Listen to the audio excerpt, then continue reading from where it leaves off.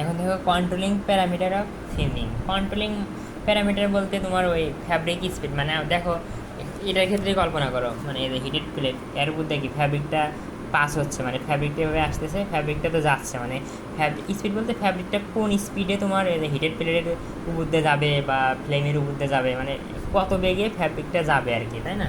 তারপরে আবার দেখো যে distance between fabric and flame, মানে ফ্লেম এবং ফ্যাব্রিকের মধ্যে দূরত্ব কত হবে, এগুলাকে বলতেছি কন্ট্রোলিং প্যারামিটার। আর কন্ট্রোলিং প্যারামিটার যদি ঠিক না থাকে তাহলে কিন্তু তোমার মেইন কাপড় পুড়ে তোমার একদম লস প্রজেক্ট, মানে তোমার ইন্ডাস্ট্রি লস হয়ে যাবে আর কি।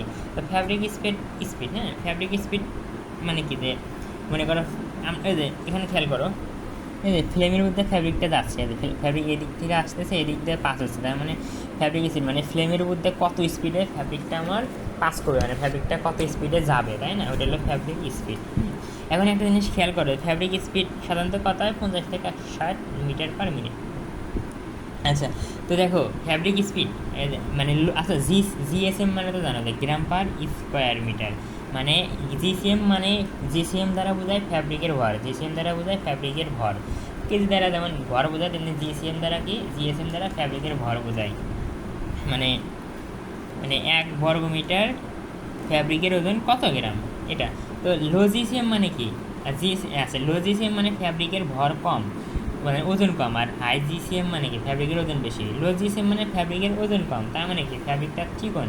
লো জিসিএম মানে কি ফ্যাব্রিকটা চিকন, আর হায়ার জিসিএম মানে কি যে ফ্যাব্রিকটা মোটা, তাই না? তো ফ্যাব্রিকটা যদি কী হয়, চিকন হয়, ফ্যাব্রিকটা কী হয়, চিকন হয়, তাহলে কি, তাহলে কিন্তু বেশিক্ষণ ফ্লেমের উপর রাখা যাবে না, একদম দ্রুত পাস করে মানে দ্রুত নিয়ে সরে নেওয়া যা লাগবে, নইলে মেইন ফ্যাব্রিকটা পুড়ে যাবে। তার মানে লো জিএসএম হলে ফ্লেমের উপর বেশিক্ষণ রাখা যাবে না, অর্থাৎ দ্রুত ফ্যাব্রিকটাকে সরে নিতে হবে, তার মানে কি ফ্যাব্রিকের স্পিডটা বেশি হতে হবে। তার মানে লো জিসিএম মানে ফ্যাব্রিক চিকন হলে ফ্যাব্রিকের স্পিড কী করতে হবে, বাড়াতে হবে, এতে তার মানে স্পিড আর জিএসএমের সম্পর্ক ব্যস্তানুপাতিক।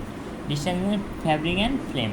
তো দেখো এটা মনে করো ফ্লেম, ফ্লেম মানে কি আগুনের শিখা, আর এটা হলো ফ্যাব্রিক, তো ফ্যাব্রিক আর ফ্লেমের দূরত্বটা কত কেমন হবে আর কি, এটাই। আর ফ্লেম ইন্টেন্সিটি, মানে কি তীব্রতা, মানে কত বেশি তাপ, মানে ইন্টেন্সিটি মানে মানে কি বলবো, মানে তীব্রতা, অর্থাৎ বেশি গরম নাকি কম গরম, মানে তাপ কি বেশি তাপ না বেশি তাপ নাকি কম তাপ, এটা বুঝেছি। ফ্লেম মানে আগুনের শিখা, মানে কতটুকু জায়গায় যদি আগুনের শিখাটা থাকে, মনে করে এখান থেকে এইটুকু জায়গায় এগুলা কি ফ্লেম, এরকম ফ্লেম, তাই না? এইটুকু থেকে এইটুকু যারা ফ্লেম আছে, এটা হলো আমার ফ্লেম উইথ।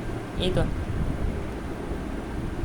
তো দেখো এরা ফ্লেম উইথ আর ফ্যাব্রিকের উইথ মানে প্রস্থ সমান রাখার চেষ্টা করবা, নাহলে তোমার লস হবে। যেমন মনে করো ফ্লেমের উইথ এইটুকু, ফ্যাব্রিক রাখলাম মনে করো অল্প, ফ্যাব্রিক কি ছোটো, ফ্যাব্রিকের উইথ ছোটো হলো, এরকম মনে করো। হ্যাঁ, এদের ফ্যাব্রিকের উইথ এইটুকু আর ফ্লেম রাখতে অনেক বড়, তার মানে দেখো কোনটুকু কাজে লাগবে, যে আমার কাজে লাগবে কিন্তু এইটুকু ফ্লেম, এদের এইটুকু ফ্লেম কাজে লাগবে। আর এই ফ্লেমগুলো কি হুদায় নষ্ট হবে না?